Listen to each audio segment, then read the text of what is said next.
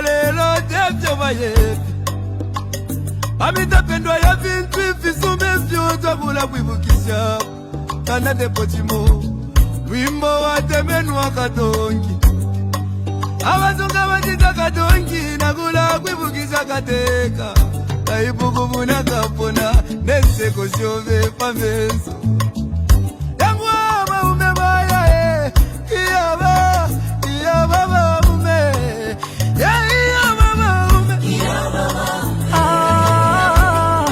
Kateka wabantu Iyaba ume Twakulila Lelo twakulila Shika kukonke milimo shove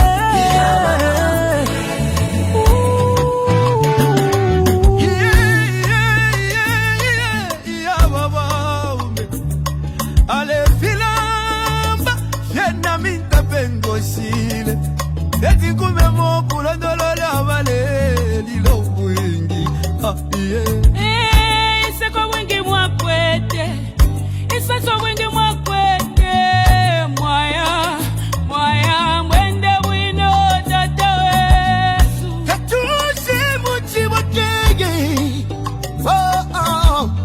Wali bomba kale Lomba mwatu jatule lilake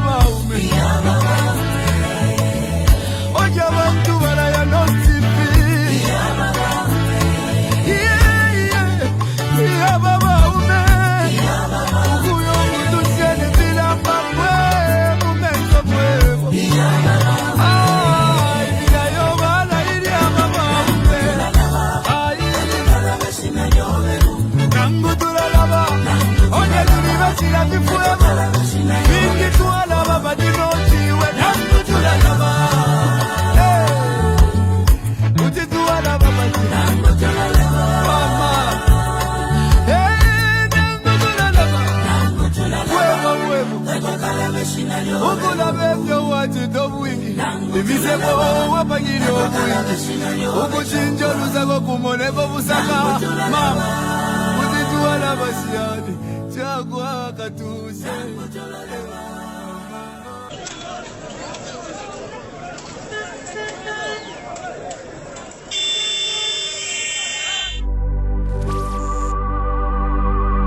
Lelo bwacha bakamba mukyalo kyeswi kya Zambia kyaweka enjoy abantu bafo bakamba kule mumfumbwe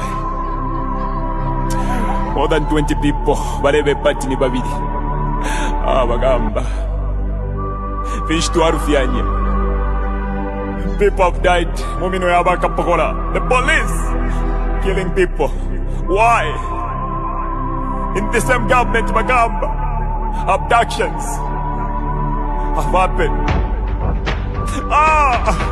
Bagamba, if you're not with them, it's either you're dead or you're in prison. This government, you're going to change big man. Fish to Arfianya Pakumika Mofes. Fish to Arfianya. Why me? Missing. Achani Rumamwaicho and Dizona. Where is why me? HH, tell us with your government, where is why me? Give us why me. Justice for why me big man. Wachila mo HH. Wala tupwisha benga kutupwisha bagamba.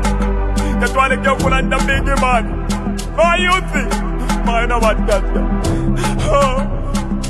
Zambia tuwasevana.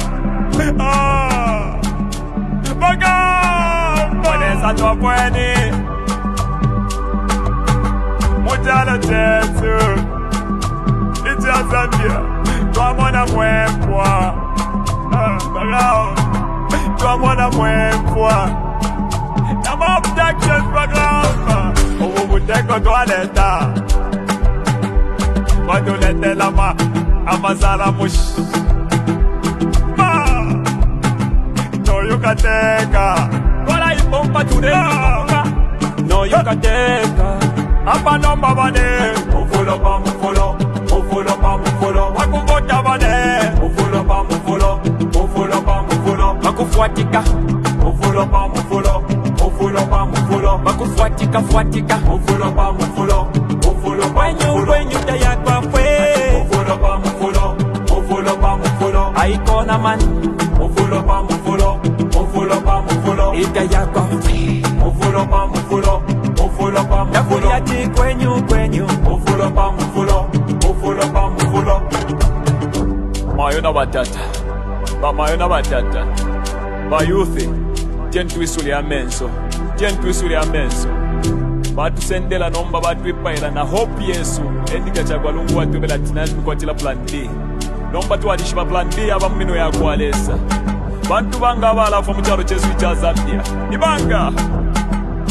Nibanga abantu abala abducted mucharo chesu cha Zambia. Bambire kuri jeje banda. Nibanga abantu abala ba prison. Abena chitotela chilangwa. Bonze baba prison netunguru shina shimbi na shimbi. Muri one government ya kwa ejeji. Abantu na abafa mweleza. Aikata nomba baikata na kurietika chakwa lungu atukwatile plan D. Apa kubo vya vyo mufulo big man. Mufulo pa mufulo. Bila vina matzendela etika chakwa lungu. Apa nomba bane. Mufulo pa mufulo. Mufulo pa mufulo. Wakuvota bane. Mufulo pa mufulo. Mufulo pa mufulo. Wakufuatika. Mufulo pa mufulo. Mufulo pa mufulo. Wakufuatika fuatika. Mufulo pa mufulo. Mufulo pa mufulo. When you taya kwa fwe. Mufulo pa mufulo. Mufulo pa mufulo. Aikona man. Mufulo pa mufulo. Mufulo pa mufulo. Itaya kwa fwe. Mufulo pa mufulo. Mufulo pa mufulo. Yakuliati kwenyu. Mufulo pa mufulo. Mufulo pa mufulo.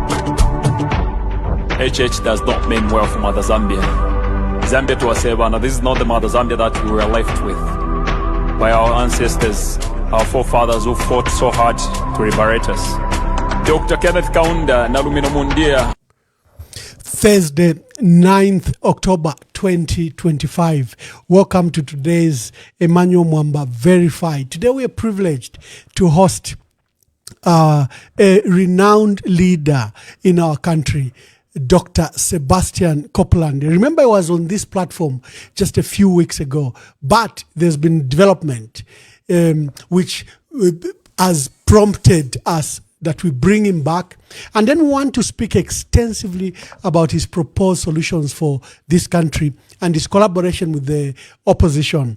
We had done a preliminary introductory program with him, but today we delve into the details, and we'll be doing that with many candidates that we've lined up to come. Let me bring Dr. Kopulande on the program and invite him to greet you. Then we delve into the matter. But let's just go for a brief commercial break.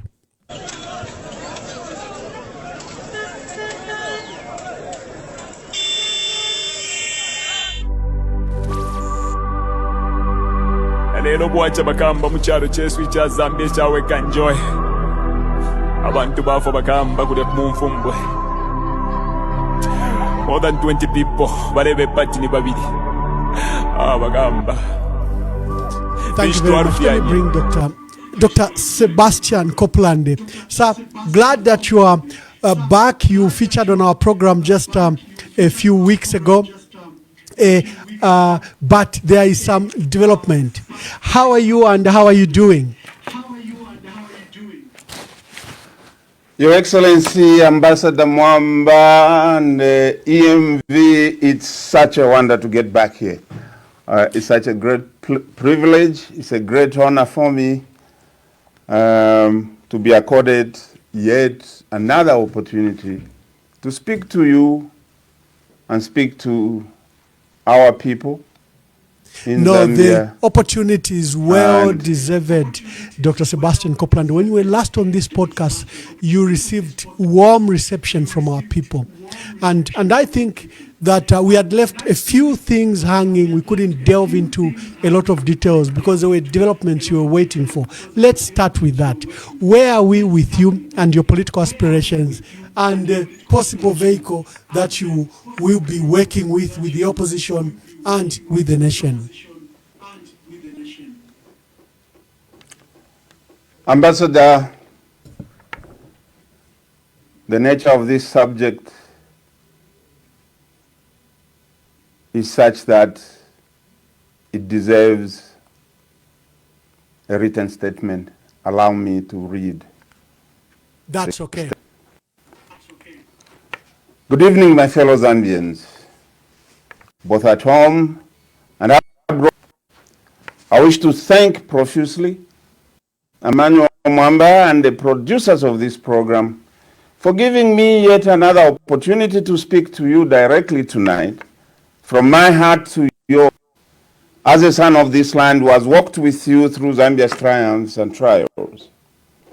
My name is Sebastian Kopulande, and tonight I stand before you not as a politician seeking power, but and called to restore hope, unity and dignity to our beloved nation. I am here to make a solemn announcement. I am offering myself to serve as President of the Republic of Zambia in the 2026 general elections under the People's Party.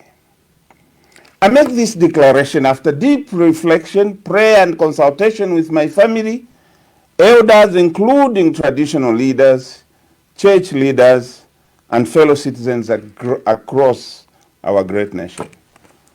I have spent over 3 decades working in both the public and private sectors, in government, in business, and in development across Africa as a consultant to the African Union.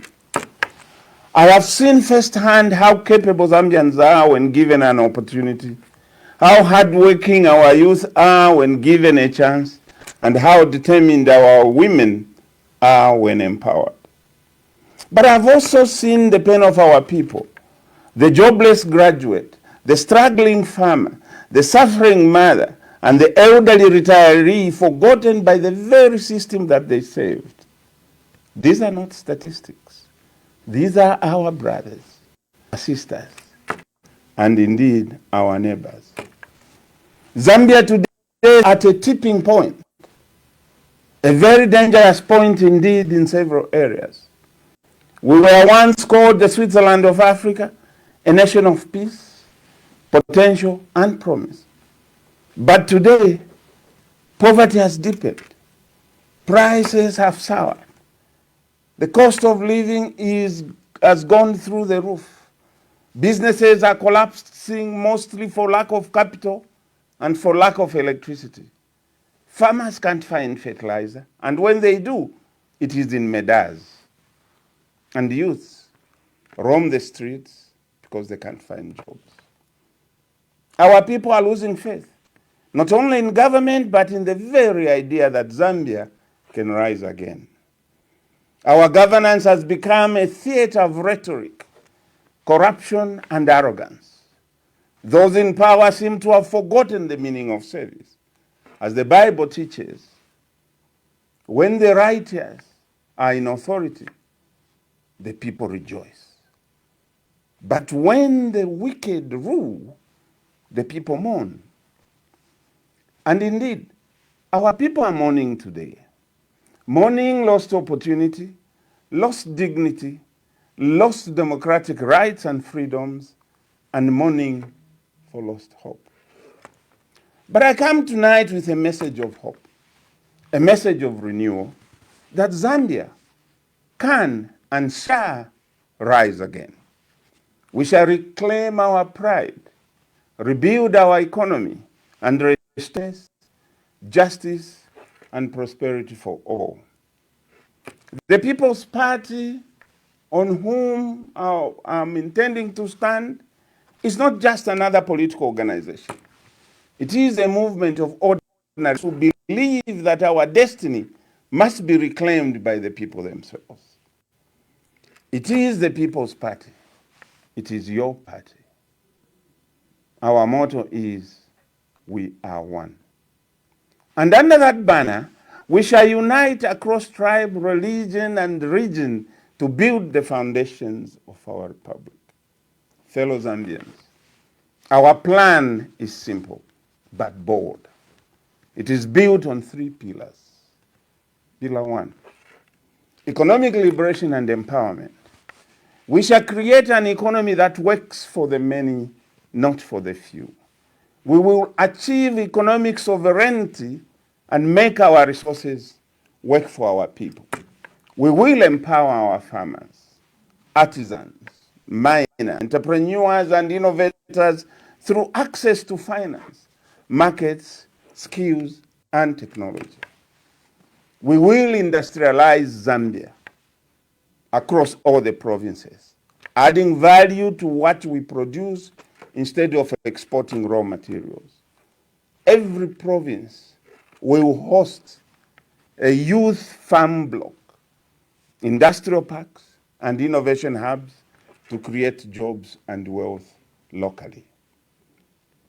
Good governance and integrity. A government that saves, not steals from its people. Corruption will have no place in administration. We will restore merit in public service and rebuild institutions of accountability. Every collected will be used for the people's benefit, not for political enrichment. Pillar 3, unity, peace, and social justice. We will end the politics of division and vengeance. We will bring Zambians together, regardless of political party, tribe, or province. Because national progress is not built on hate, but on shared purpose. We will uplift our teachers, health workers, retirees, and men and women in uniform. We will use the police not to oppress our people, but to protect them. We will ensure the independence of all 3 arms of government and leave all institutions of governance to operate freely in accordance with their mandate. My brothers and sisters, fellow Zambians, Zambia is not poor. We are just simply poorly managed.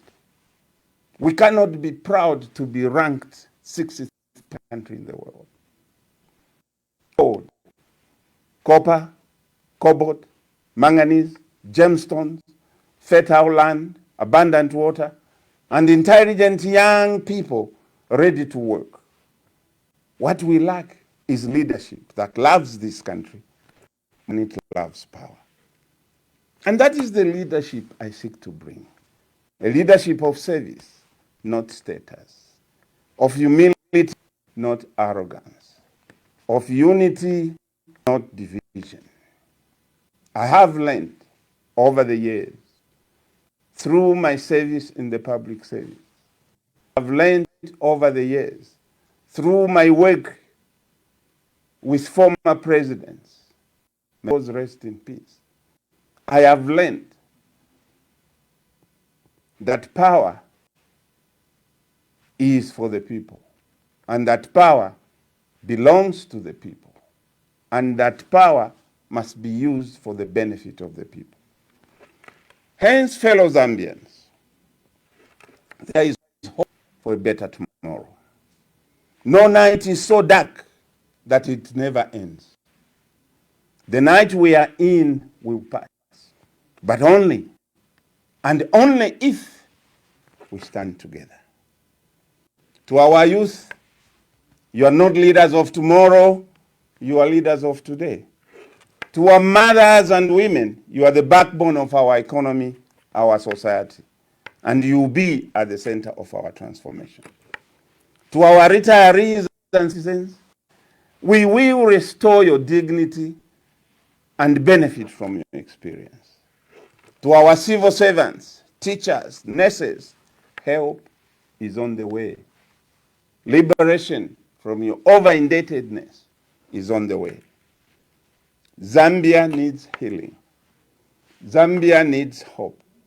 Zambia does not need an arrogant leadership, but it needs a leadership that listens.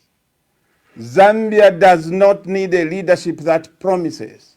It needs a leadership that delivers, and delivery is what characterizes my record in the public service. So tonight, fellow Zambians, before God and before you, I make this solemn commitment. I will run for president, not to divide, but to unite. Not to enrich myself, but to uplift every Zambian. Not to seek power, but to restore power back to the people. Our journey begins tonight. From this studio to every village, every compound, every district, and every province. We will go to the people because the future of Zambia will be decided by the people, not by the elite. Together, we shall rebuild our nation, a Zambia that works, a Zambia that feeds itself, a Zambia that is sovereign, a Zambia that believes again. This is our time. This is our moment. This is our day. May God bless you, and may God bless the Republic of Zambia. I thank you. Thank you. What a solemn declaration and powerful words there, Dr. Sebastian Kopulande. We profiled you. You've been Member of Parliament for Chembe. You are president of an association that has been coordinating trade between Zambia and China. You are an illustrious businessman. You have carried out charity and community work, especially for girls, where you were involved, I think, in ensuring that there's dignity to the girls, especially during their monthly cycles. We profiled you very well. And I'd said there's been a development, and the development is this party, People's Party. Which is this People's Party? Is it a new party? Is it an old party? It rings a bell. Is this a party that was led by one of our illustrious sons? I'll leave you to tell us those developments. Yes, thank you, Ambassador. Yes, this party has been in existence since 2013. It was established, registered on 12th February 2013. So it has been around for quite a while. Unfortunately, the founder of the party, Honorable Mike Mulongoti, his colleague, the late Mr. Christopher Lungobwale, passed away. Honorable Mulongoti passed away in 2019, and Mr. Lungo passed away just before elections in 2021, and we buried him actually a day after voting in August 2021. So it's a party that has been in existence, but has not been active politically. We're reviving it, and we're getting it to work so that the people can have that, which a party that is theirs, a people's party. And this, I think, is what our nation requires. Indeed, indeed. So you are the new leader of the People's Party. You are leading the party, and you've clearly stated that your members have tasked you to pursue this leadership and probably even stand for president, as you've clearly demonstrated. But there are issues in between. Your role with the opposition, and what is the agenda? Why do you think you need to stand? What ideas do you bring? Are they transformational? Let's start with that. What does your manifesto say? Please walk us through. Thank you very much, Ambassador. Our manifesto is one that challenges the establishment.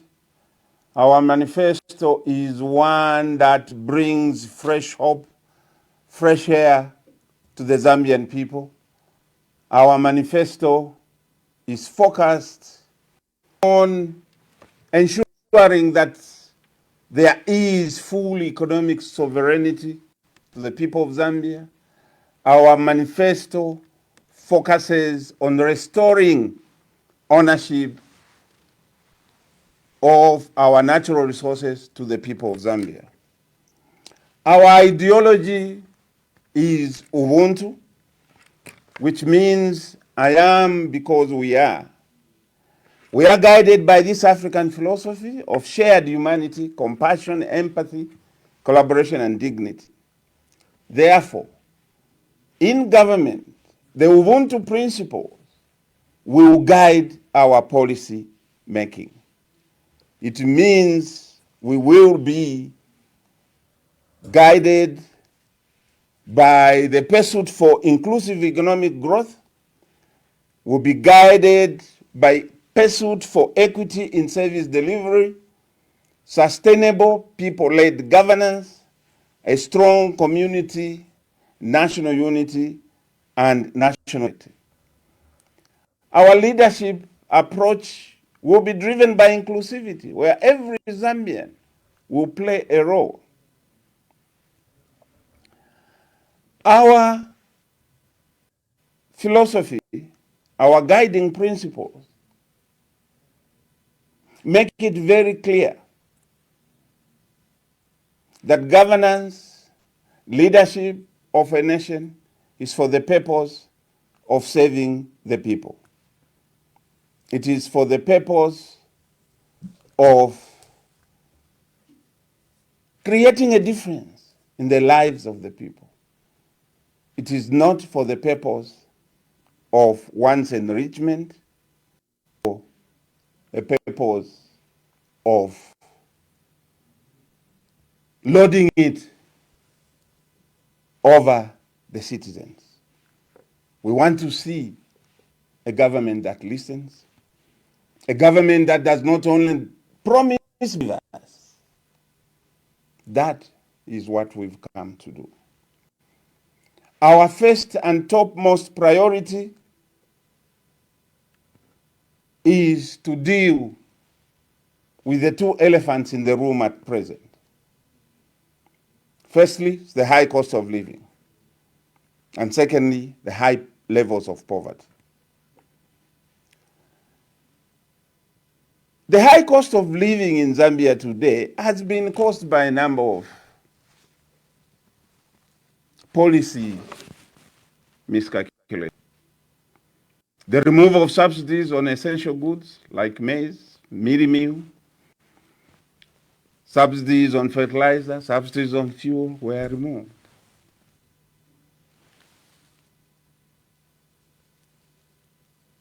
The opacity in the fuel industry, where fuel imports are being undertaken without knowing who is doing what, with a single individual company using a state facility, that has raised the cost of fuel. And as you know, the cost of fuel, it affects the cost of everything else.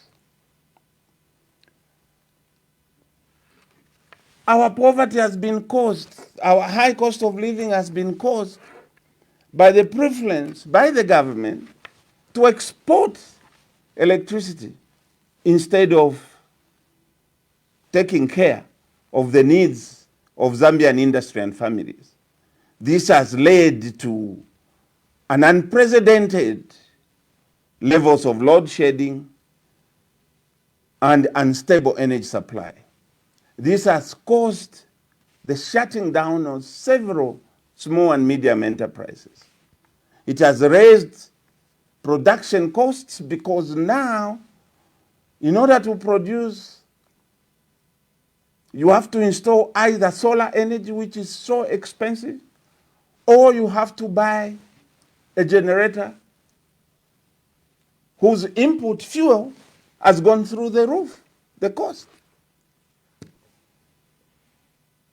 We were told last year that we were introducing emergency electricity tariffs so that we can enable ZESCO to import power to meet our needs.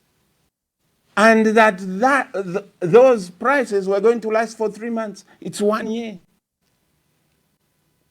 The same tariffs are applicable today, 1 year later.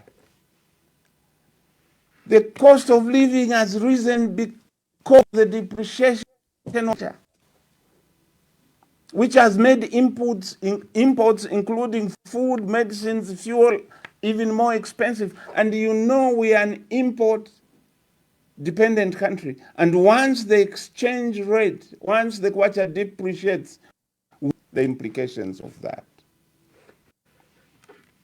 We have had higher taxes imposed on simple public services. Even simple private services such as mobile money. The Minister of Finance was announcing the budget the other day, where they have almost doubled the levy. They have doubled the levy on mobile money. And yet they have given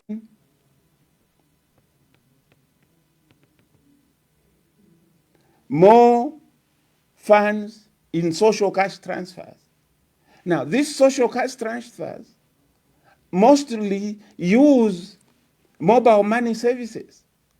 And the Zambian people share the money using mobile money. But they have taxed. They have doubled the taxes, the levies, mobile money transfers. Give with one hand and take away with the other.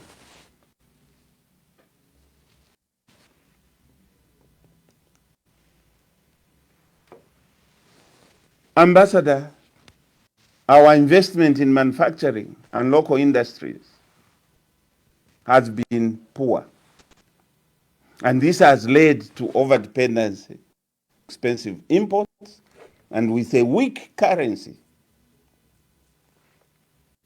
we have a problem. We have a problem. Nonetheless, like I said in my statement, there is hope. Because when we do come, we are going to deal with the high cost of living as a priority. We will restore targeted subsidies and reintroduce well-meant subsidies on mirimi, on fertilizer, and we will lower household expenses immediately by lowering the cost of electricity.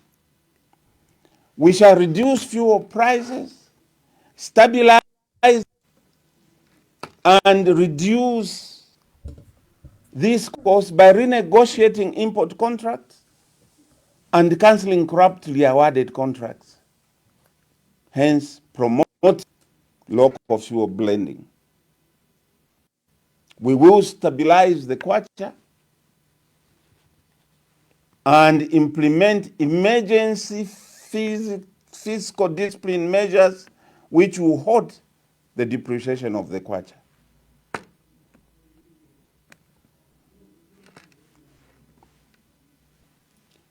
We, as a matter of urgency, stop corruption, which is a contributor to the cost of government services, hence raising the cost of living. We intend to undertake sustainable economic stabilization measures within the period of 2 years. And by this, we are going to establish sector-focused development banks to support SME, to support Zambian involvement in mining, in agriculture. We shall establish an import-export bank to support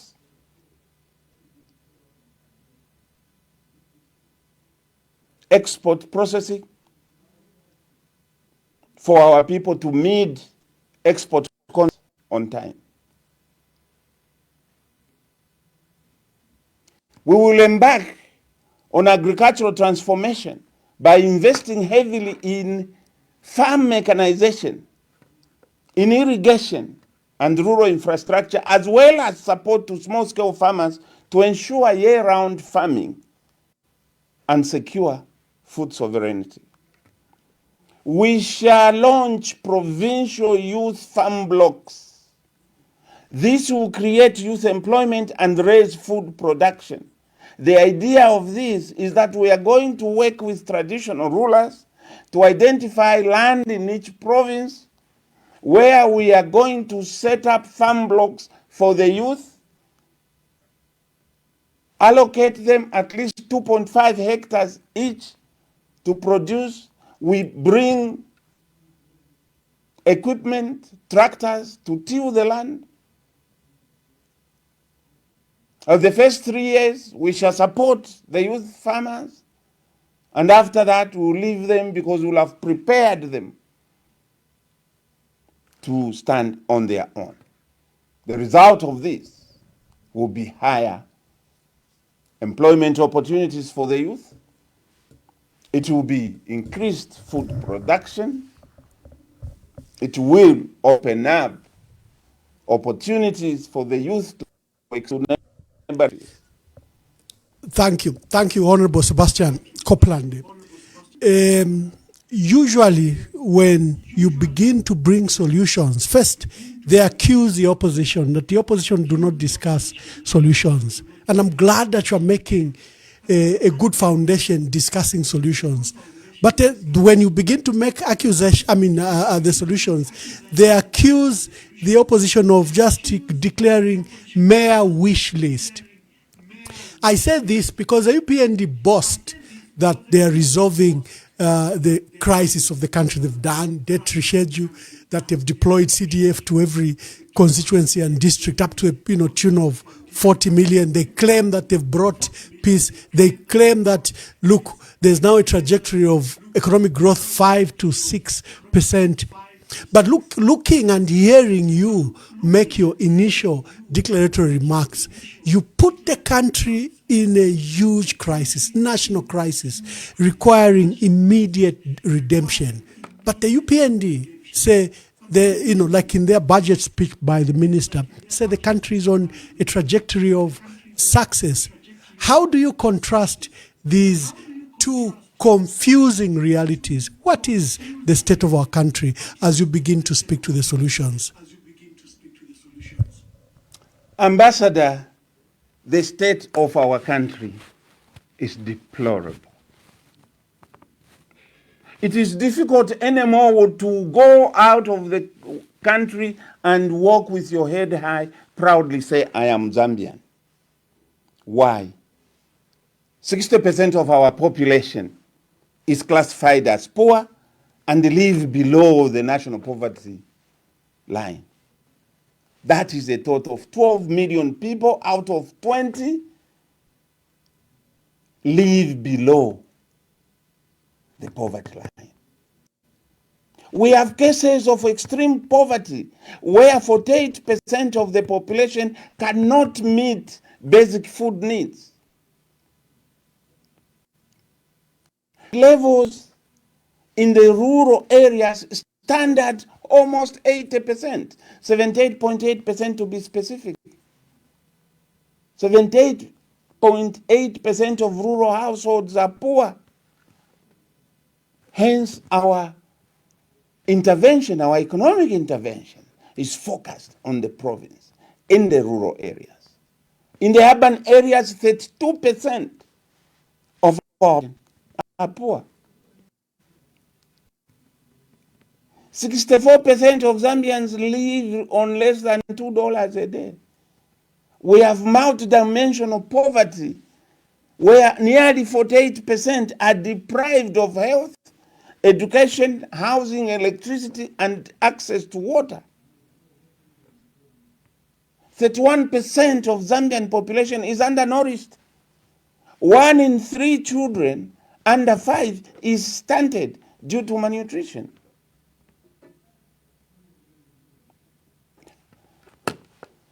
Ambassador, this is very serious economic contradiction. With our mineral wealth that we boast about, and we are only using this mineral wealth to enrich corporations, whilst citizens remain poor. Even the 10% export tax that was put on export of unprocessed copper concentrate have been removed so that the nationals can make more money while our people wallow in extreme poverty. This is the scenario. This is the scenario. And the People's Party response to these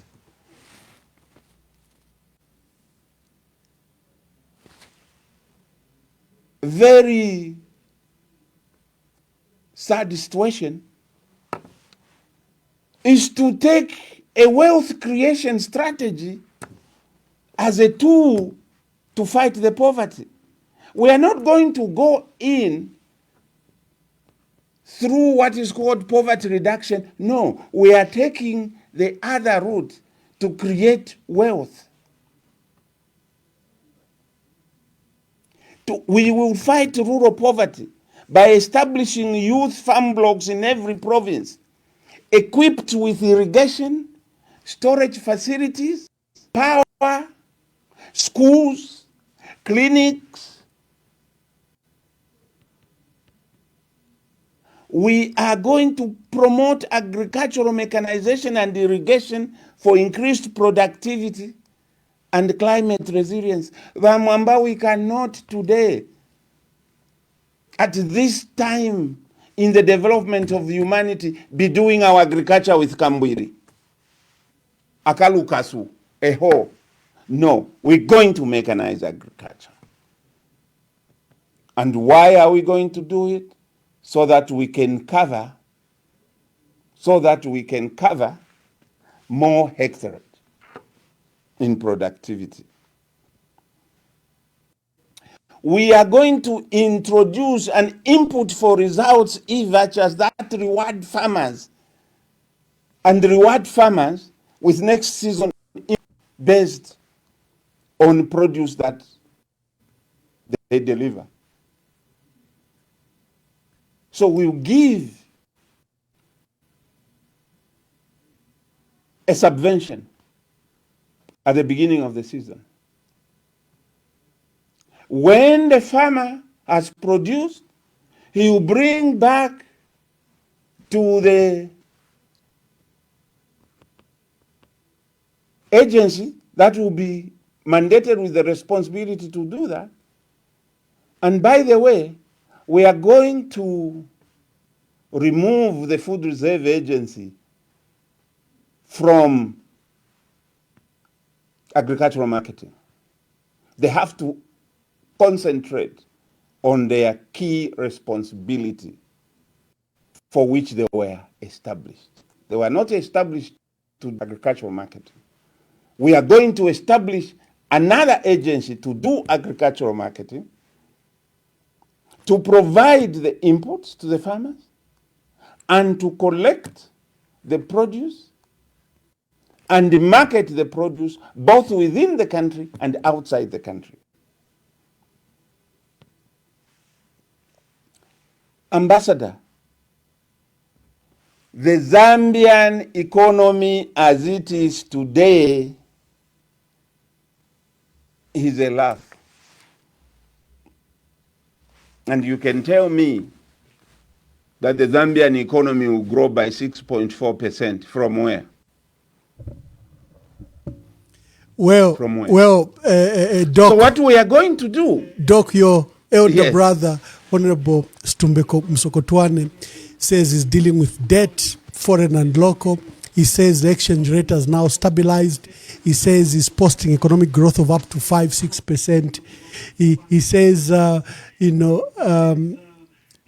our life expectancy has jumped from 49 now to, is it 67 years. Zambians are now living up to the age of 67. Very, very unique numbers.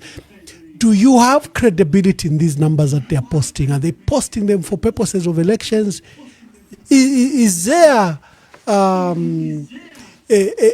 total, first of all, is there this huge discrepancy and total disregard of the total reality of what our people are facing?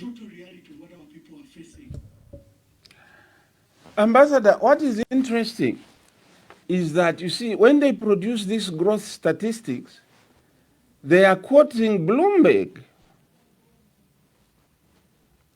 They are quoting Bloomberg. They are not quoting their local, internal, official source of statistics, which is the Zambia Statistics Agency. They are quoting Bloomberg. Now, does Bloomberg know that our people only have access to electricity for 5 hours a day? Does Bloomberg know that? Does Bloomberg know that all our electricity is being exported? Does Bloomberg know that up to date, some farmers that supplied food to maize to FRI have not been paid? The only credible data that I would want to look at is data that will be produced by the official government statistics agency.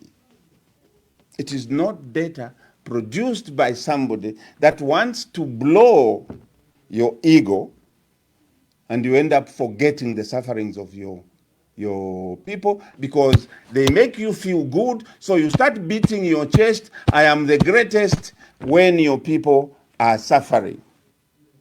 If the economy is growing at that rate, how come poverty levels are so high? How come 64% of the population is below the poverty line? How come we are the 6th poorest country in the world?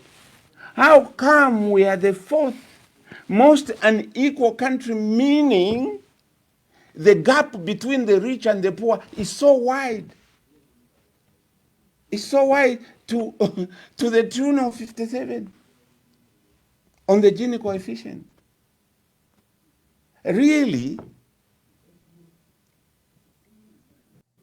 my brother, needs to be a little more honest with this. But we have a solution. We have a solution on how to grow the economy. We have a solution on how to grow the economy, my brother. We will fix this economy because we believe that the key question for Zambia's economic development that we must start with addressing is one of economic sovereignty, or the extent to which our natural resources benefit our people. We must address that. We must ask to what extent has the entire economic structure in Zambia been designed to benefit the citizens of Zambia. For many years, we have failed to answer these questions decisively and comprehensively since independence. I must acknowledge that the post-independence government tried. They established industries in all provinces. We came with privatization. All these were closed. The failures in the Zambian economy, my brother, ambassador, arises from an economic structure that has made it impossible for citizens to have access to capital, to have access to adequate skills. It has made it impossible for our people to have access to markets, both local and foreign, to have access to appropriate infrastructure, and to have access to technology for increased productivity. We are still using stone age technology in our businesses. My brother, the blood of any economy is finance. We have a situation where our current financial sector is dominated by short-term commercial banks. Not even one development bank exists in the country. And you are telling me about economic growth. These commercial banks, 15 of them, all of them headquartered in Lusaka and only Copperbelt, Bakalamba, that point you've just raised is very fundamental. The central bank has closed the Development Bank of Zambia with no reprieve, no hope for recovery, and no hope of establishing an alternative development bank. Just speak to the importance of development bank and why a country needs a development bank. It appears our economists are not bothering because it's now 2 years on without a development bank.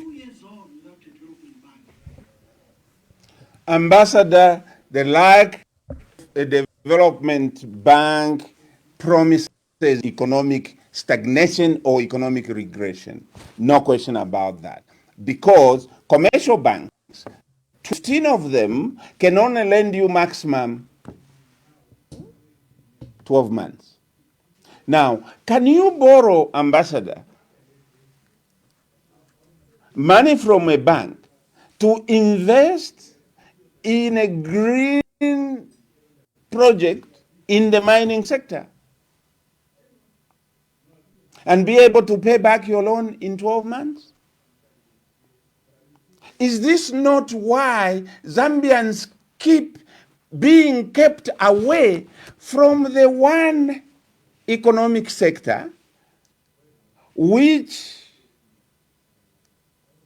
is the dominant sector and controls 80% of our foreign exchange earnings?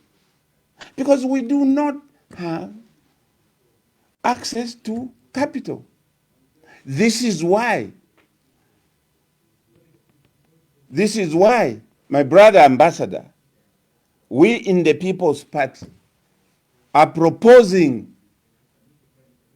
that we are going to develop sector-specific financial institutions, development bank. Let me call them out. Let me list them. One, the National Development Bank. The National Development Bank will provide finance to all long-term investment projects across the board from any sector. Secondly, we are going to establish an SME development bank. This is the Small and Medium Enterprise Development Bank. We shall do this by transforming NatSev into an SME development bank. Because, one, it's owned by government. Two, its presence is across all the districts. It has the best infrastructure already on the ground. We shall convert it by heavy recapitalization to be the bank that will finance SME business. We are going to establish the Export-Import Bank, okay, which will provide trade finance to boost exports under the African Continental Free Trade Area. We are going to establish the Agricultural Development Bank to support investment in agriculture. We are going to establish a Mining Development Bank that will enable citizens to access something. I don't want I was listening to my elder brother again talking about how artisanal miners are doing well. I don't want to hear artisanal mining. That shall go. I want to hear mining, not artisanal mining. Every miner should have access to funds to be able to procure equipment to put in their operation. Our housing situation is deplorable. Our national building society is incapable of meeting the need. We shall have another bank for housing development. We are going to open this market to go beyond the traditional commercial banking that we know. We are going to open it to Islamic banking as an alternative model of, because in Islamic banking, they do not charge interest. They participate in your profits. So they take an interest in your business. You do not have that pressure of having to pay back a loan. No, because the bank comes in as your partner and participates in the profit. We are going to encourage fintech companies, financial technology companies that will provide modern tech-driven solutions. This is our approach to ensuring that there is capital for Zambian entrepreneurs. We want to deepen financial inclusion and roll out mobile banking, fintech, and digital payments across the country. Sadly, again, like I said, digital payments are being taxed and being strangled by heavy taxation. Our poor people use mobile money to give each other some money. You go and tax that. You taxing the poorest of the poor. People who will send 10 kwacha, send me 2 kwacha, they send 2 kwacha for somebody. You tax that. If you are transferring even 1 kwacha, between 1 kwacha and 150 kwacha, you pay 35 kwacha. 35 ingwe, rather. Really? And the rates in this budget, the charges in the 2026 budget have been more than.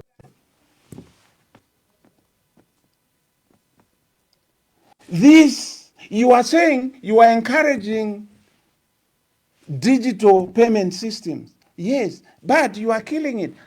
I have been going to Kenya every now and then in the recent past. You won't see somebody counting Kenyan shillings. It is M-Pesa everywhere. Everyone pays by mobile money, and everyone is paid by mobile money.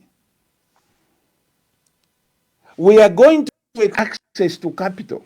We will establish a credit guarantee fund for SMEs.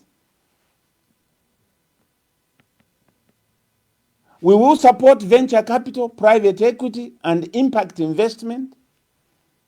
And like I said, Islamic banking will come where your investor requires you to allow them to participate in your profit.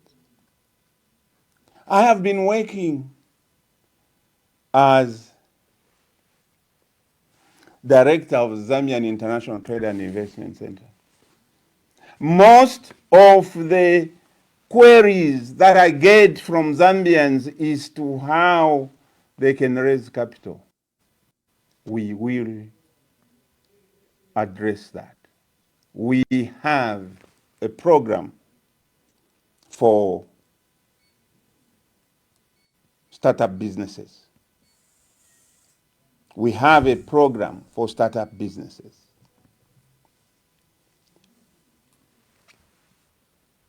We must address Zambia's economic challenges by acknowledging that, in fact, one of our biggest problems has been this persistent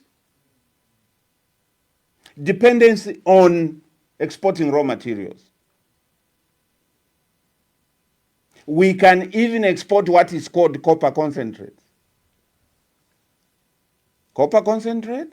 No. How do you know what other elements are in those concentrates? You send them out as though there is gold in there, there is nickel. Wherever they are going, all those shall be separated and they will take value. We have. Thank you very much. To stop. Dear viewers, we are hosting Dr. Sebastian Kopulande, the former member of Parliament for Chembe. Is an illustrious businessman and a leader. He's served over 3 presidents in our country. He's now been tasked with his colleagues in the People's Party as leader of the party. Remember, the party was owned by, was formed and pioneered and promoted by our former Minister of Information, Mike Mlongote, and now that vehicle has entrusted the leadership in Dr. Sebastian Kopulande. He's just here outlining some solutions, because it is you, the viewers, that complain that we just bring people that just tabulate the difficulties our people are going through without the solutions. And I'd encourage Dr. Sebastian Kopulande to bring solutions, and that's, I think, what he has endeavored. We are opening phone lines. You can ask him about any sector, any vision. But before I open the phone lines, Dr. Sebastian Kopulande, what is the role of your party with the opposition, the ecosystem of the opposition? Will you interact with the opposition? Will you join any forces in the opposition? Because there is a quest by our people that all of you have brilliant ideas, but can you work together and probably come up with one candidate? Just tell us about your thoughts and the thoughts of the People's Party on this particular matter. Ambassador, that's a very important point, very important question.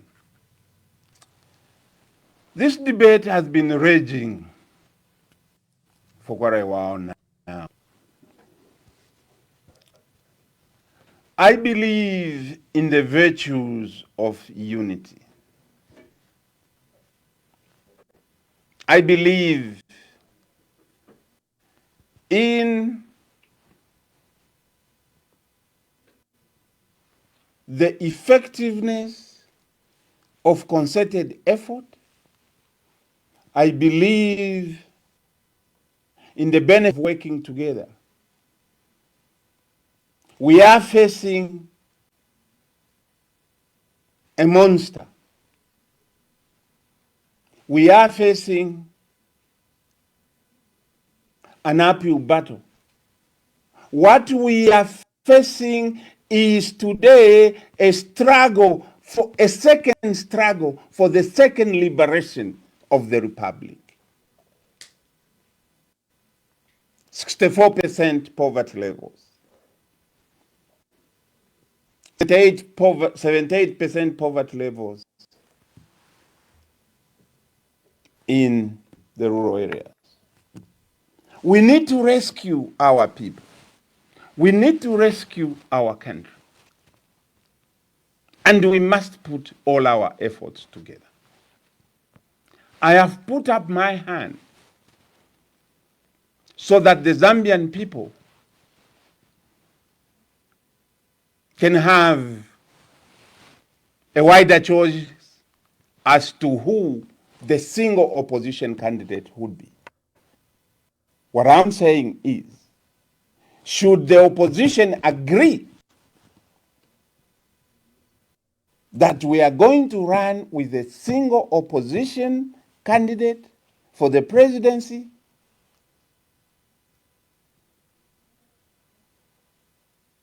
I want to be one of those that they will look at. So that is our position vis-a-vis opposition unity. We are of opposition unity. We are coming in to help strengthen the unity. We are coming in to help propose solutions. We have wide-ranging solutions for all sectors in this country. We can bring a difference.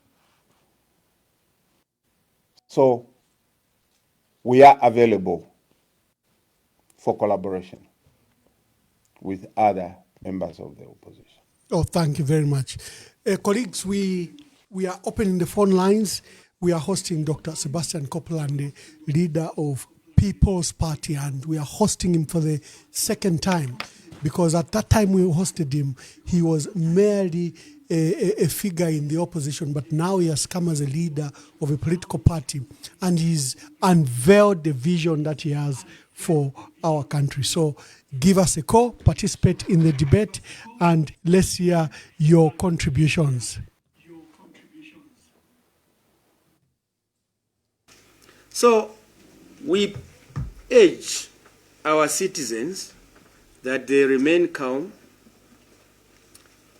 We can see light at the end of the tunnel, and that tunnel is now becoming shorter by the day.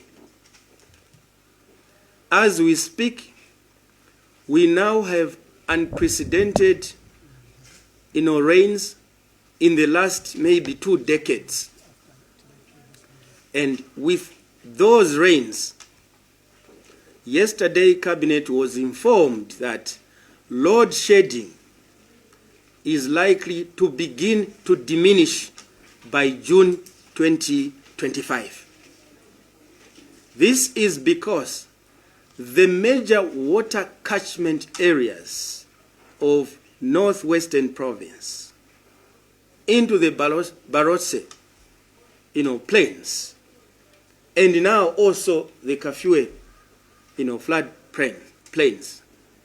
Water takes 3 months journey to move from Kaleni Hills, from Chavuma, into Victoria Falls, into Kariba. 3 solid months. Water moves very slowly in the plains because it's flat. This water which you see when it rains here in Lusaka, we are going for work at ZNBC. Then you find that water is running fast. It's here in Lusaka. Thank you very much. The phone lines. Thank you very much. The phone lines are now open. Please let me hear your questions for Dr. Sebastian Kopulande. Caller, tell us your name and where you are calling us from. Hello, good evening, Doc, and good evening, Ambassador. This is Tidembike Zulu calling from Lusaka. Thank you. Make your contribution. I welcome the idea of establishing Exim Bank of Zambia and sourcing of interest-free financing from the Islamic Fund. Yeah, we face a lot of challenges, especially as exporters, whereby you would have the goods, they would have a ready market, say in China, but how you move the goods from Zambia to China, there's a lot of fees to be paid. Now, as locals, we don't have that capacity to finance that. So we end up being exploited by the would-be buyers because they'll set very tough conditions to ensure that they maximize on their profits. So I welcome this idea. My concern, though, is on where Doc talked about doing away with artisanal mining. Yeah, I'm very concerned because usually it's us, the poor people, the poor Zambian people who engage in that artisanal mining, because we cannot afford mechanized mining. So what approach is DOC going to use to make sure that the number of those artisanal mining, most of them who don't even have the necessary qualifications, are assimilated into his program? Or is he going to do away completely with these small-scale miners and just come with people at that level who can afford mechanized mining? Or is he going to take the approach of what happened in Fumbwe, where the UPND government moved in on those people who were scavenging for gold there? Yeah, your views on that, Doc. Thank you very much. Thank you. Thank you. Yes, the calls are coming in. The calls are coming in. Let's hear them. Yes, caller, please tell us your name and where you're calling us from, and you have a question for Dr. Sebastian Kopulande. Good evening, Ambassador Mwamba. My name is Kefas Mwapemsonda, calling you from Kabwe Central Province, an advocate for industrialization and national development. What has happened in Kabwe? I hear.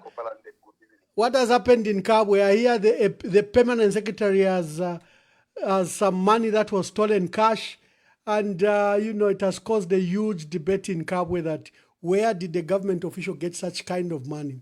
That's what we also wondering. We've heard through the news, and yes, we were told that between 9 hours and 10 hours yesterday, the permanent secretary's driver went to a car wash where 200,000 kwacha, which others are saying was more than that, was apparently stolen and later on recovered. The questions arising could be that how did the driver leave such exorbitant monies if he was aware that the money was in the vehicle? And secondly, at what time did he discover that the money was not in the vehicle? And how did he know that the exact amount was the 200,000 which was recovered from the car wash premises? So these are questions that I think the investigating wings must investigate and give us feedback as the citizenry. We know that a government worker cannot in any way get such an exorbitant money through a salary. If so, how was the transaction made? Is there legitimate footprints in terms of where withdrawal? No, my brother, let me not bother you with that story. Please ask your question to Dr. Sebastian Kopulande. I was just, because Kabwe is discussing this matter. Honorable Sebastian Kopulande, good evening. And congratulations on your appointment as president for the People's Party. Truly, you are picking up from where Comrade Michael Mlongoti, one of the lumber bulls, left the mantle, that you may continue with it. You've specifically outlined a lot of issues that you feel your party can liberate Zambia economically, physically, as well as spiritually. Now, I've got a little bit of a question, or rather a concern, because we saw that from 2021, when the UPND New Dawn government took over power, we were told that there were empty coffers that they had inherited, number one. Number two, they were running under the Patriotic Front financial year, which was the budget that was spanning up to up to the end of 2021.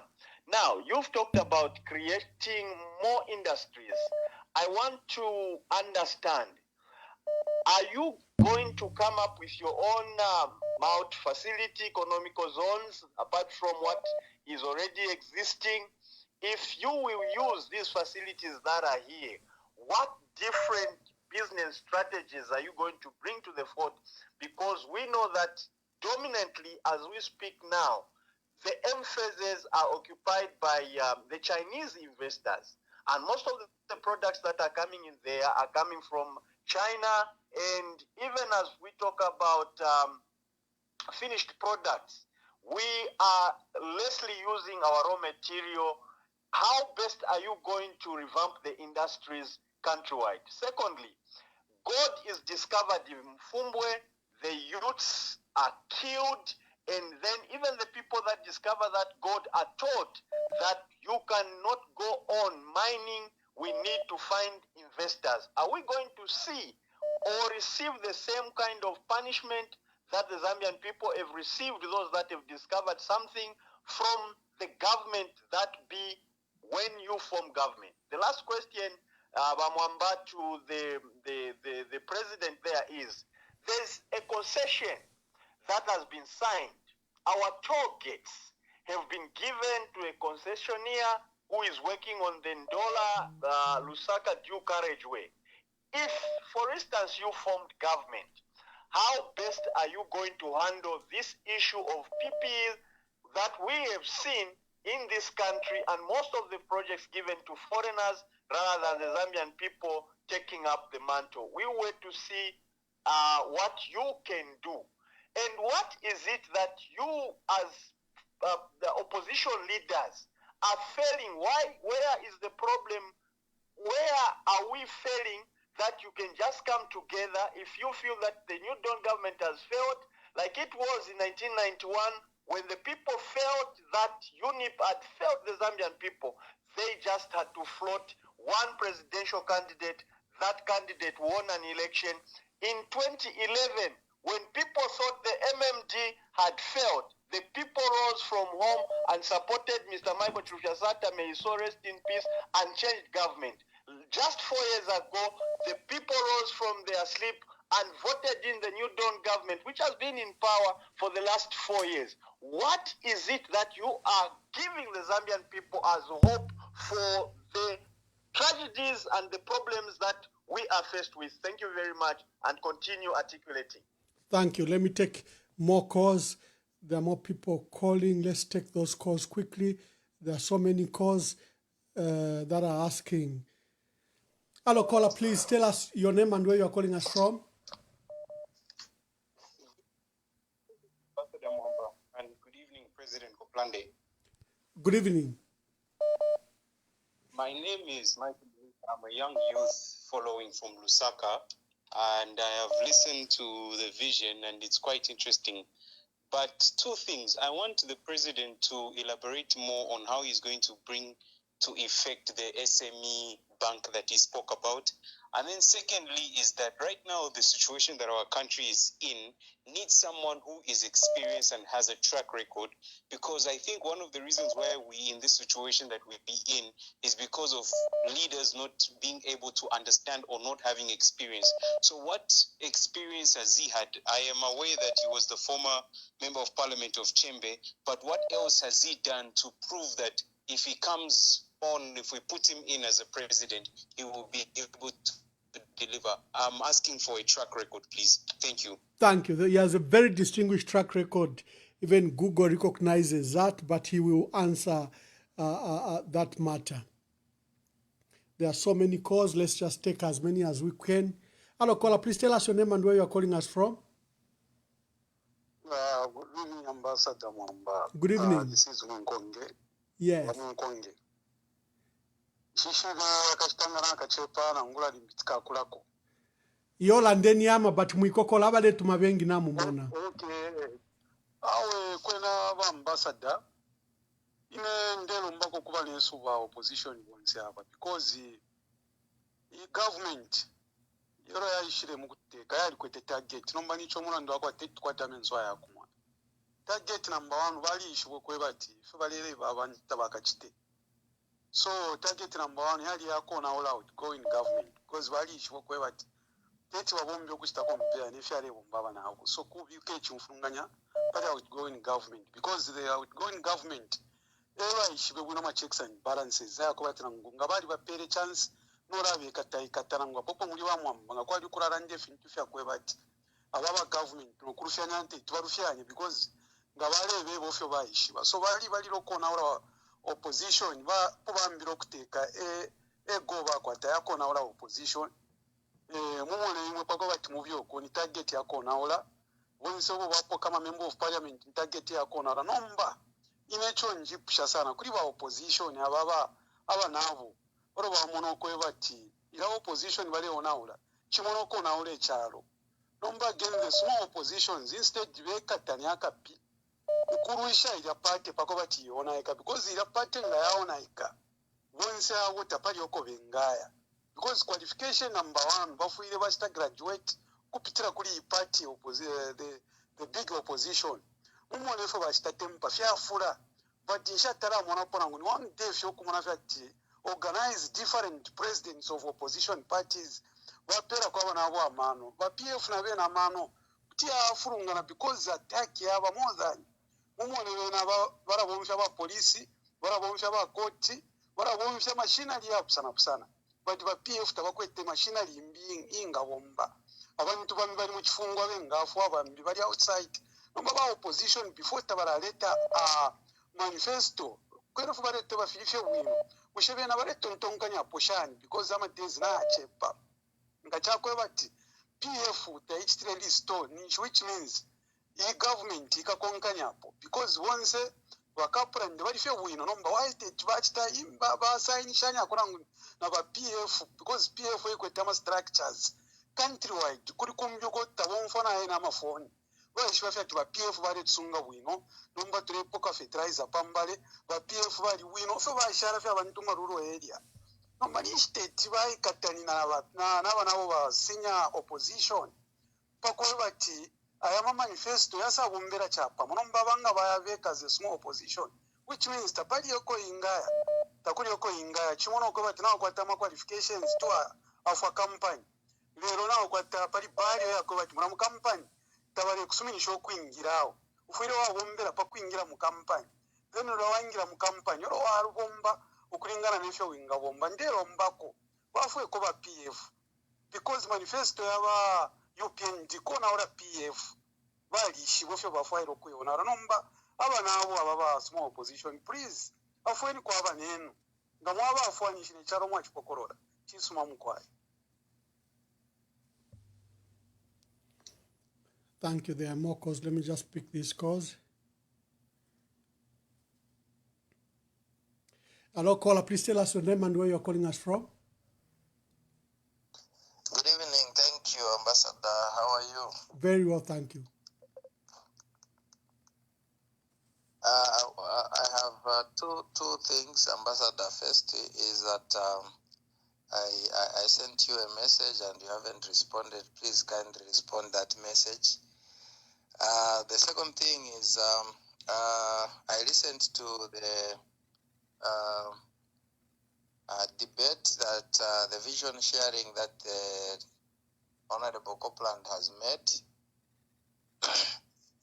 It sounds very interesting, like another caller had observed. But I would like to ask a question concerning there's a question that he was asked when he featured on one of the interview, where he was asked to say if the UPND offered you a position, a ministerial position, or they offered that you work with them, would you accept to work with them?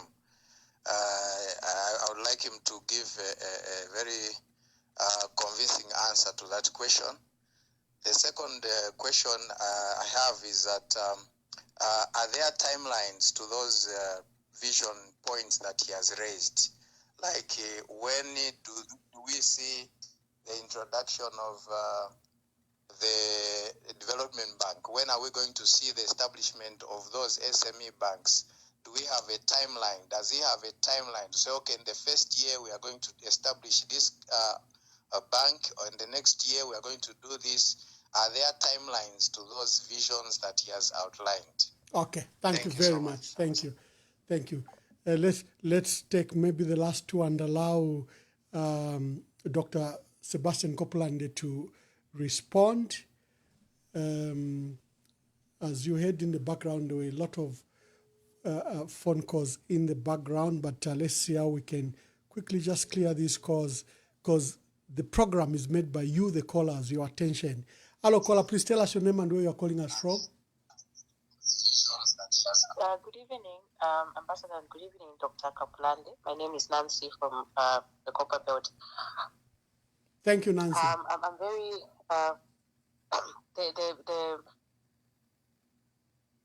the issues raised by Dr. Kopulande and the solutions that he's proposing for our economy sound very interesting and very positive. I think it's something that every well-meaning Zambian would support. I am particularly interested in what he talked about in terms of creating these farming blocks to cater for youth unemployment.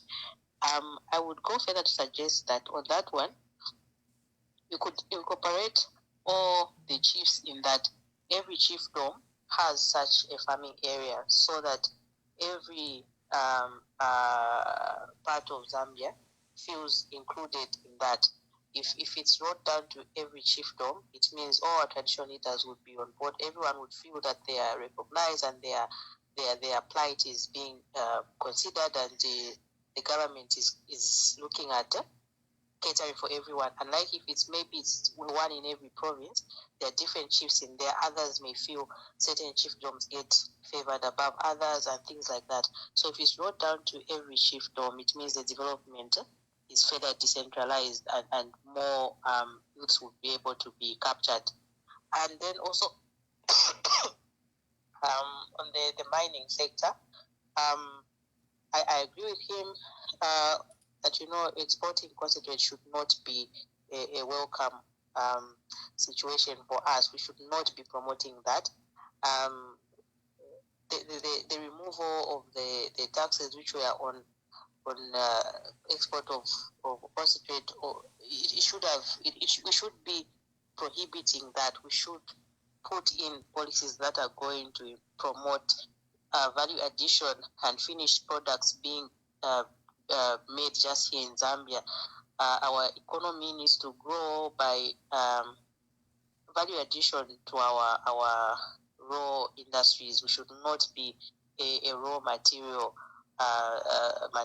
exporting nation. We should be having our finished products here and being known for exporting that rather than always exporting our raw materials and importing the finished products. So I'm very happy to hear what you have on the table for us. I would also want to know what you would have in for the Zambians in terms of social security, pensions, like the NAPSA.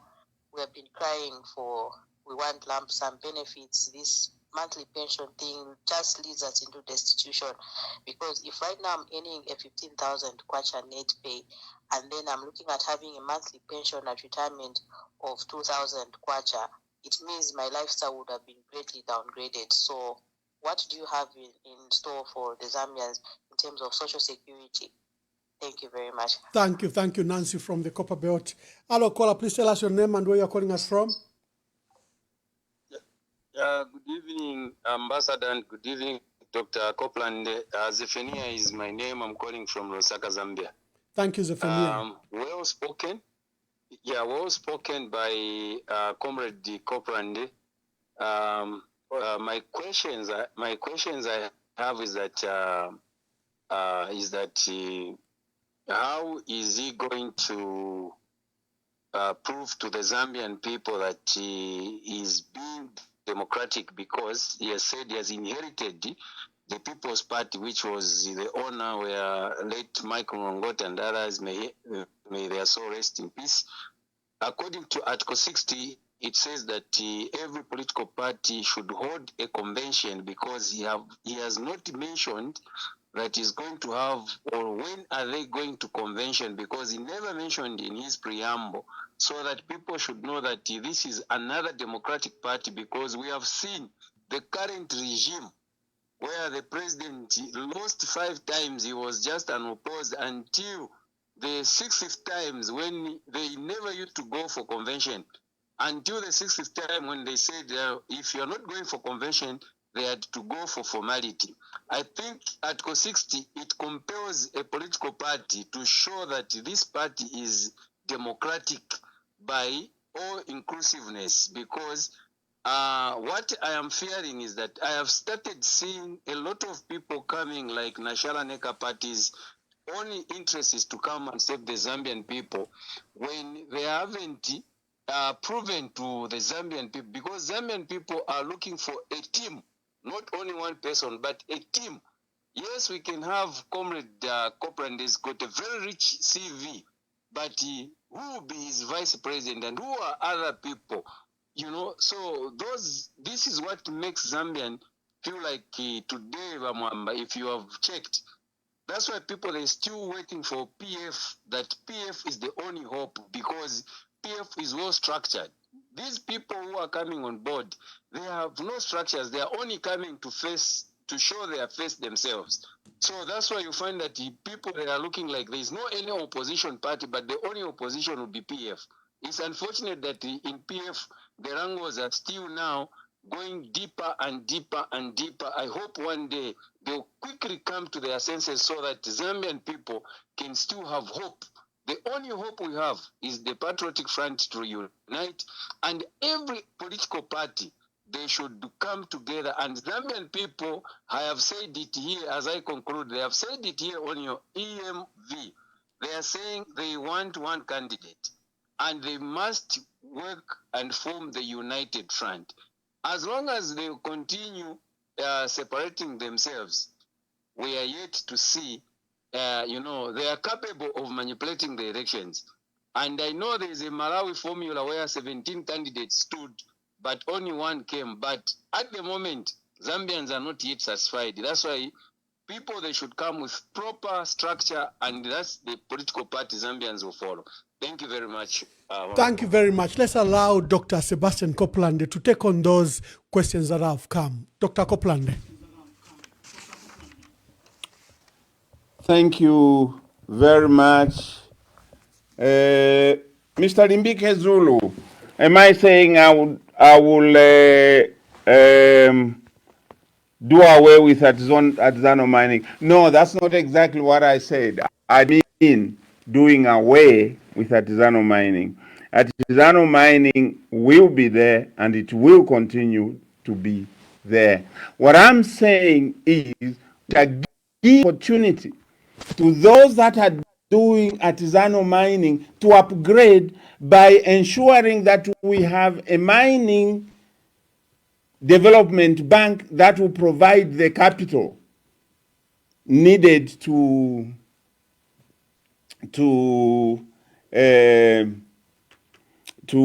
upgrade, to acquire the necessary machinery and equipment to do what is needed to grow the mining enterprise. Mr. Kefas Mwape Musonda, how are you going to industrialize this country? We have a very clear industrialization strategy. We are going to adopt an import substitution strategy and an export-led industrialization strategy going side by side. By an import substitution strategy, it means we are going to encourage establishment of industries that are going to produce those products that we import most. So that is import substitution. Export-led industrialization means we are going to make sure that our Zambian grow their industries to be able to produce for export.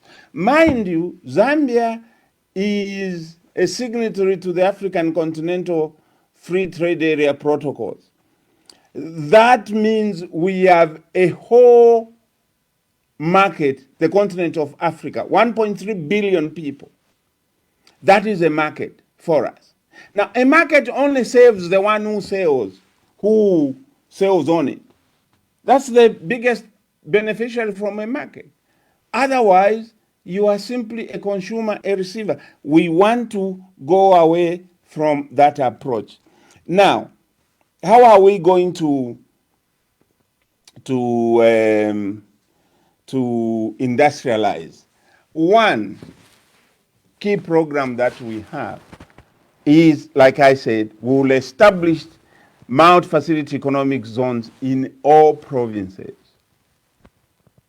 Why? Because each province has got its natural resources. You will recall, during the post-independence government era, we had, in Northwestern Province, we had Mwinilunga Cannery. In Eastern Province, we had the bicycle manufacturing. In Luapula Province, in Mansa, we had Mansa Battery. So each province had an anchor industry. And this is what we are going to do. And how are we going to do it? We are going to make use of an institution that already exists, but we are going to reorientate it, reorganize it. This is the Industrial Development Corporation. Just a minute. Mr. President, just a minute. Let me take the last call because I saw this caller had been trying to call, but they've called. So let me see if we can take the call and, okay. I guess it got cut. Please proceed, Mr. President. Yes, we're going to reorientate the Industrial Development Corporation because the Industrial Development Corporation, the purpose for which it was established, and I can say this, I had long discussions with President Sata over the establishment of the Industrial Development Corporation. Mind you, I was his permanent secretary, and we were therefore very close. President Sata consulted me extensively, although I did not hold a position, a formal position in his government. But he consulted me extensively on a lot of issues, especially to do with economics. So the Industrial Development Corporation was intended to be the pathfinder investment organization. That means its job was to open up new industries where the private sector could not because of infrastructural challenges. So the IDC will therefore be mandated to undertake research in every province, establish, do feasibility studies, establish which sector can perform effectively in that province, and make an investment for that province. The purpose of that is to open up provinces to industrialization. And once that is done, then IDC will grow that company up to a certain level where it will then be used as a tool for empowerment by floating shares on the stock market, where Zambians can then buy stocks, can buy shares. So we shall use industrialization both as a creator of jobs in rural areas, as well as a tool for economic empowerment for Zambians. So IDC will take an invest-divest approach through the stock market, liquidate or liquidate their share in particular corporations and maintain a minority position so that the majority position goes to ordinary Zambians. Okay, that is how we are going to industrialize. And where we put up what I'm calling the youth farm blocks, we shall create value addition opportunities right there. That is part of our industrialization strategy. He commented on Mufumbwe killing.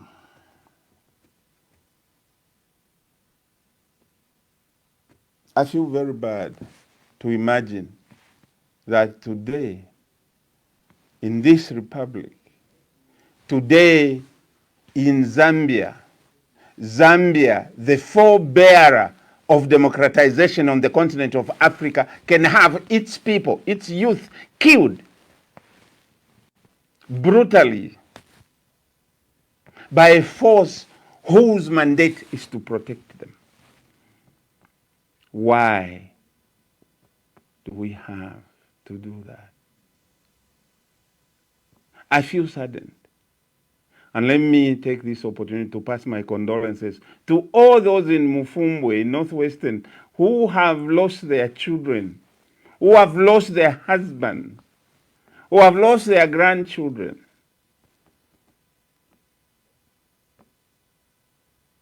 Kindly accept my condolences. That show of brutality is not Zambian. That show of brutality is not Zambian, and it is sad that it could happen in our country, in our Christian nation.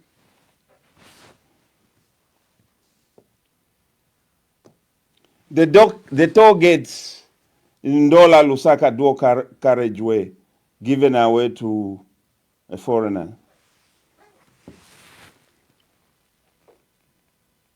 My brother, that deal is a very strange deal. You take your people's money, nap some money, somewhere about $600 million. Okay, take that money, give it to a foreign contractor, to a foreign consortium, so that they can collect toll fees on that for 25 years. Why couldn't NAPSA invest directly in that project without going through a third party? And NAPSA has done that before. Why did we have to have a middleman? Why didn't NAPSA invest, go and get the same Chinese company to do the building of the road, pay them the cost of the contract, pay them for their service? Why do they have to be the ones to collect the toll fees for 25 years? And why on earth do you give them the targets to start collecting money before even the job finishes? I have questions. I don't know. Someone will be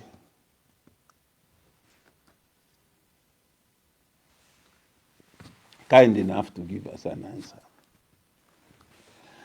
Dr. Kopulande, what experience do you have to think that you can be president? 31 years in public service, started in politics as campaign manager for then Vice President Levi Mwanawasa in 1991. He was elected. I went into government. On 7th November 1991, President Chiluba appointed all his cabinet ministers, including the vice president, provincial ministers, deputy ministers, were all appointed on 7th November 1991. On that date, President Chiluba appointed one civil servant, and that happened to be myself, as senior private secretary to the vice president. And I became immediately the assistant to Vice President Levi Mwanawasa. From there, I was moved to the Ministry of Commerce, Trade and Industry as director, and I was given a 2-year program, 2-year mandate to come up with policy to liberalize the economy of Zambia. That was it was one of my best times that I worked in government. In fact, my best time in government was at the Ministry of Commerce, Trade and Industry, where Deepak Patel, very practical, very progressive, was my minister. Hence, we achieved big milestones because I had a minister that understood. I had a minister who challenged me. I had a minister in Deepak Patel that understood what the mandate of the Ministry of Commerce was, understood that actually the economy actually sits in the Ministry of Commerce, nowhere else. Because whatever you produce has to be traded, and the job of trading is the Ministry of Commerce, trade. From there, President Chiluba transferred me and made me permanent secretary for the Minister without portfolio, who was then President Michael Chilufya-Sata. He was appointed Minister without portfolio on 29th May 1995, and I was appointed permanent secretary Minister without portfolio on 30th May 1995, and there was no office. So I had the responsibility to establish a new ministry altogether. There had been a minister without portfolio before, but the ministry had been closed literally. I inherited not one file. I started a ministry from scratch with President Michael Sata. After I pushed the re-election of President Chiluba in 1996, in 1997 he transferred me to the ministry, to State House as Comptroller and Permanent Secretary. I was in charge of the running of State House, the whole administration of State House. After that, President Levi Mwanawasa became president. Remember, he was vice president. Now he becomes president in 2002, at the very beginning of 2002. He calls me back to State House as Special Assistant, Special Duties.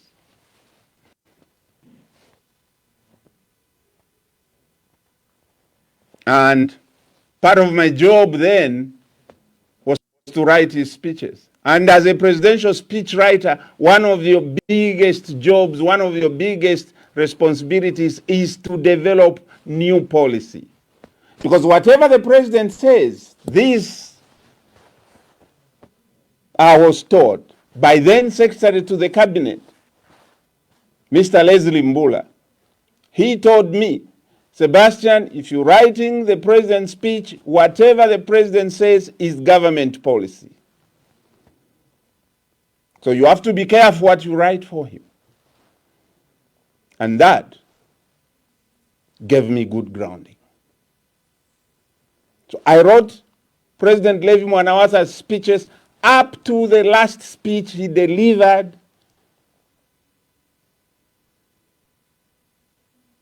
in 2008 when he addressed the Catholic bishops from Messiah countries.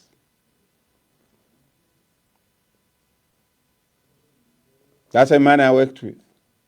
That's a man I learned what the presidency is about, how to run the president, how to save your beyond the call of duty. During my time in the government, I worked on establishing several institutions. Institutions such as the Zambia Development Agency. Again, Deepak Patel, progressive minister. We got it done. I worked on establishing the Mount Facility Economic Zone. We set up a team which comprised my colleagues, my friends, one of them, Elias Impondela, Joe Salas, Siska, who was ZRA Commissioner General, who was Johnson Chizinga. These were colleagues that we sat as a team and came up and developed the full policy on Mount Facility Economic Zones. And beyond that, When President Mwanawasa was satisfied, he called a special cabinet meeting. And interesting, the day before the cabinet meeting, I called the president. Mr. President, are you ready for tomorrow's meeting? He said, ready for what? I said, but you are making the presentation. It's your cabinet memorandum that will be under discussion. He says, no. Instead, I will ask you, are you ready? I said, no, President. Yes, you are making the presentation. I said, Mr. President, I cannot make a presentation to full cabinet when I'm not a member. I only sit with you as support. He says, no, I've already cleared you. We secretary to the cabinet. Tomorrow you are making the presentation. And I made the presentation to full cabinet sitting with the president in the chair, special cabinet. And the multi-facility economic zone was adopted after my presentation. Yeah, thank you very much. No, you know, I will encourage our dear callers and viewers to watch the earlier program where we spend time to profile Dr. Kopulande. He has massive experience. For the callers that keep on calling, I'm so sorry. I think we ran out of time, and thank you for your calls. We were hosting Dr. Sebastian Kopulande, leader of the People's Party. There was that question as you begin to say your last remarks, Dr. Kopulande, that how did you become president? Are you inclusive? Are you democratic? You know, the Constitution is calling on not just democracy in our political space, but also within our political space. Maybe as you begin to give your last remarks, attend to that. To all of you, dear viewers, thank you for your contribution. Like I said, the callers that keep on calling, you can just go on our pages and make your comments. Some comments, Dr. Kopulande can respond. Others I can respond. Dr. Kopulande, please give us your last remarks and answer that question on the intra-democracy of your political party. Do you have a team? Yes, there is a team. In fact, at the beginning of this year, on 4th March, a virtual conference was held to elect a leadership that will mobilize into next year. A full convention will be held before May next year, after we have mobilized the membership. A full convention will be held in May. Before May, sorry. It could be earlier, it could be around there, but that is the target.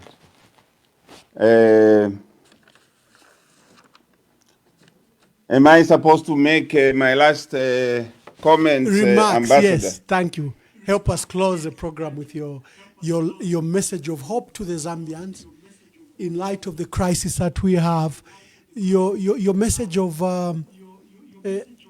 sorry, our dear sister still thinks she should say something to you. Just hold on. Maybe you can incorporate her in your last remarks. Hello, caller, please tell us your name and make your quick contribution. As you've seen, we have closed, but you are a regular caller and you might have something to say to Dr. Kopulande. Good evening, Ambassador Mwamba and also Dr. Kopulande.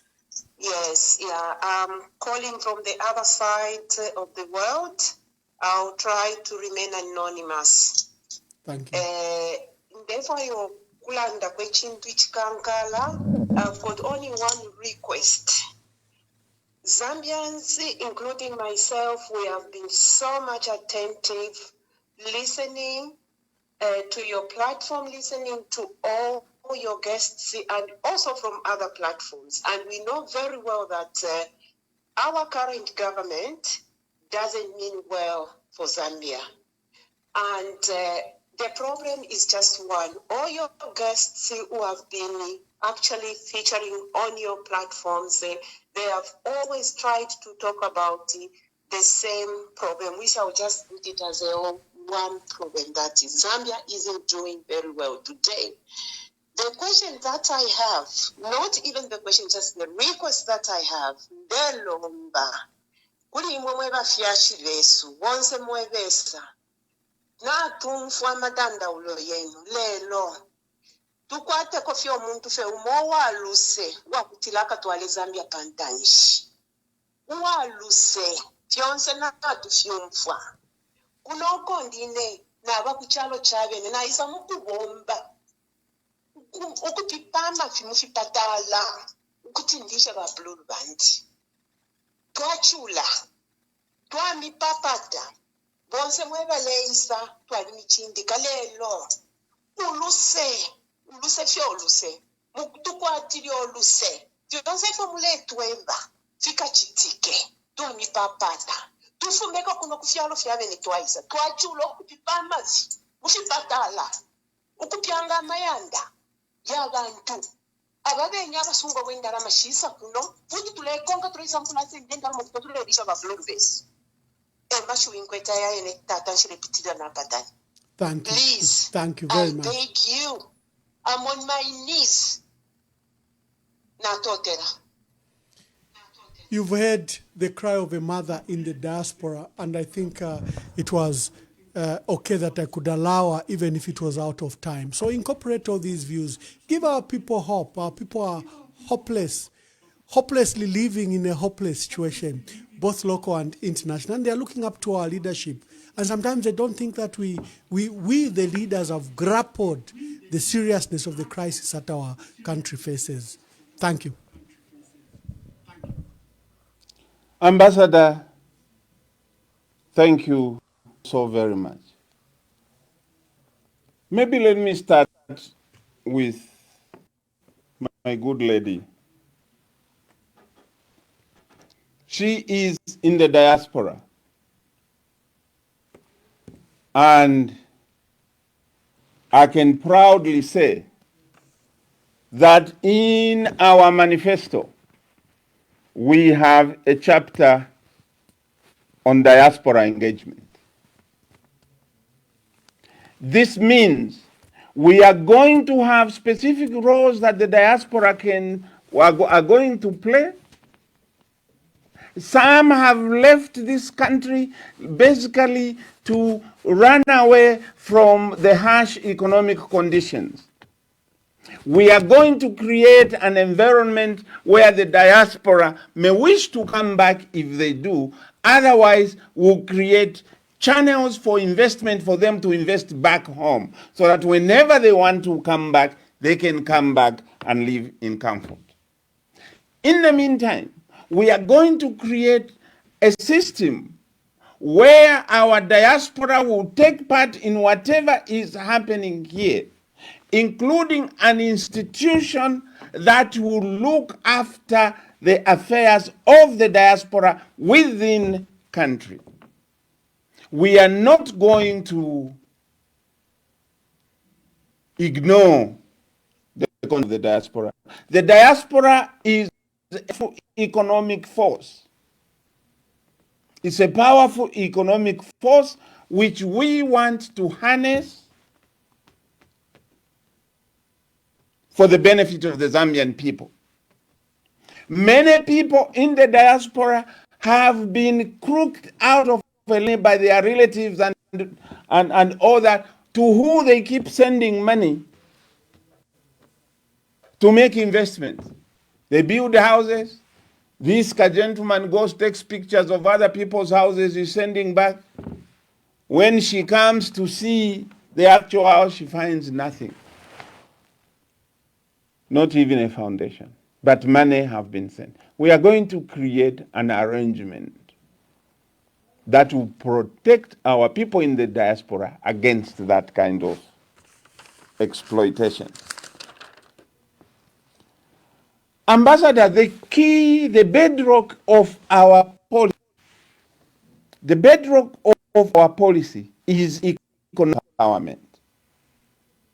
That is where we feel that our focus must be as a matter of priority. Our policy objectives for citizen empowerment is somewhat broad based citizen ownership in all key economic sectors. Is to empower our women, youth, and persons with disabilities. Is to reverse capital flights by encouraging local wealth retention. To drive entrepreneurship, innovation, and self-reliance. Reduce inequality, poverty, and external economic dependence. And we are going, for the purpose of this, reorganize the Citizens Economic Empowerment Commission into a Citizens Economic Empowerment Authority that will have wide responsibilities, including finance, policy advocacy, capacity building, market development, infrastructure support, policy monitoring and evaluation. The diaspora can take advantage of this. We are going to make sure that the Citizens Economic Empowerment Authority has an empowerment fund under the SME Bank, which will simply be focused on empowering Zambians. We are going to implement preferential procurement and local content laws. We shall reserve a minimum of 30% of all government contracts and all government procurement to citizen-owned companies. And we will enforce local sourcing and employment through updated procurement laws. This is our commitment. We are going to take affirmative action and business reservations so that certain types of businesses are reserved for Zambians. If you go to Botswana, you can learn about that.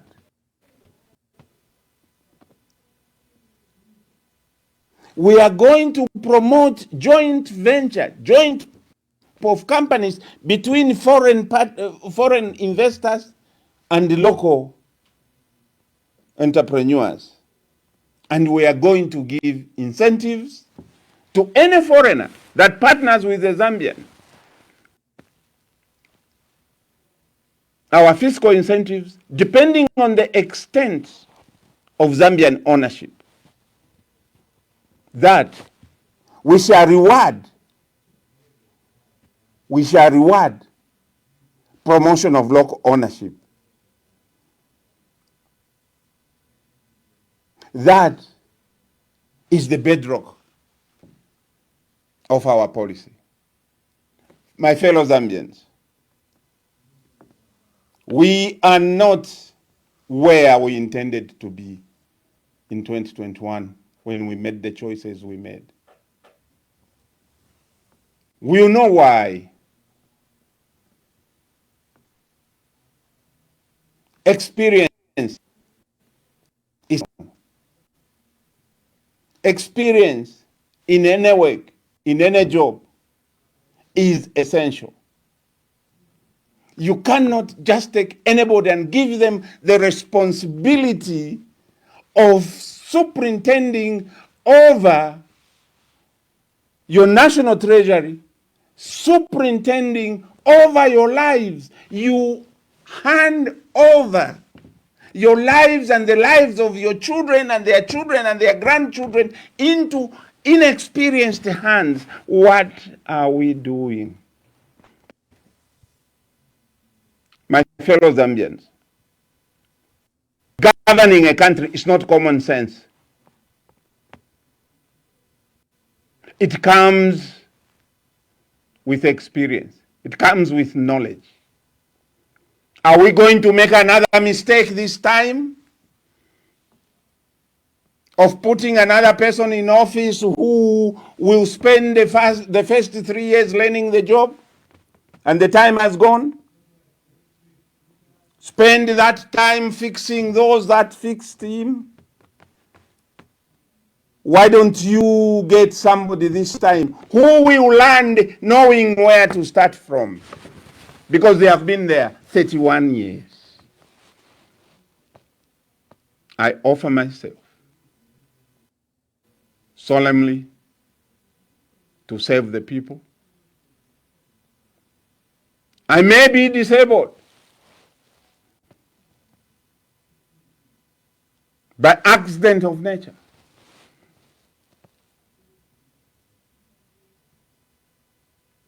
But are we going to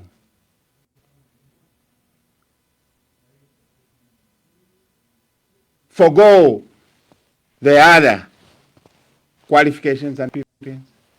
No. There is no substitute to experience in government. Therefore, the choice is ours, to sink or to swim. What I've given you tonight is just a tip of the iceberg of our program. Our program is big and wide, 312 pages of solutions to Zambia's problems. These are practical solutions. When we talk about establishing banks, yes, we even know how to finance those banks. When we're talking about stabilizing the kwacha, we know what to do. We shall peg the kwacha to the value of the gold, to the value of gold. And we shall keep our kwacha stable and stop the volatile fluctuation of our currency.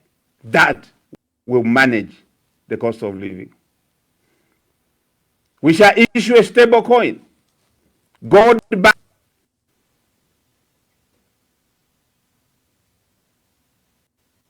so that we can have a payment mechanism for our international trade, where our reliance on other currencies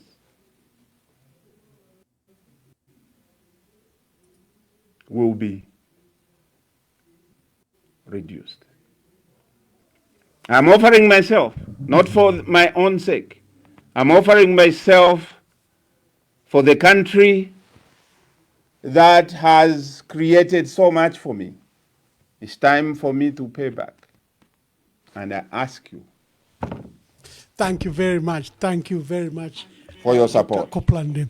To our dear viewers, we are very grateful that you participated in this program, and we are grateful for your contributions and your phone calls to Dr. Sebastian Kopulande. Thank you for spending so much time and for articulating the issues in our country. We wish you well in your endeavors, in your new political party, the People's Party, your participation with the opposition, and your intention to run for president. Hopefully that your colleagues in the opposition will welcome that idea and be among those that should be, elected. And to our dear viewers and your concerns around teams, around single candidates, I think our leaders have gotten the message and they've gotten the agency of the matter. Whichever way it pans out, all of us are committed to this country. So Dr. Sebastian Kopulande, thank you very much. To our team in Lusaka, thank you for your sacrifice and for staying this long. God bless you. Until we have another broadcast, we have several leaders that have been lined up in the opposition, and we will see you soon. So Dr. Kopulande, thank you very much. The Zambia Police Service has noted with grave concern a Facebook post circulating on a page purporting to represent the Patriotic Front, PF, titled, PF to begin countrywide demonstrations until state gives back PF. Demo starting at Robert Chavinga's house. The content of this page has repeatedly carried statements that border on incitement to lawlessness and the commission of public disorder. As Inspector General of Police, I wish to inform the public that the Zambia Police Service is closely monitoring this page. Its administrators and all individuals involved in creating, sharing, and amplifying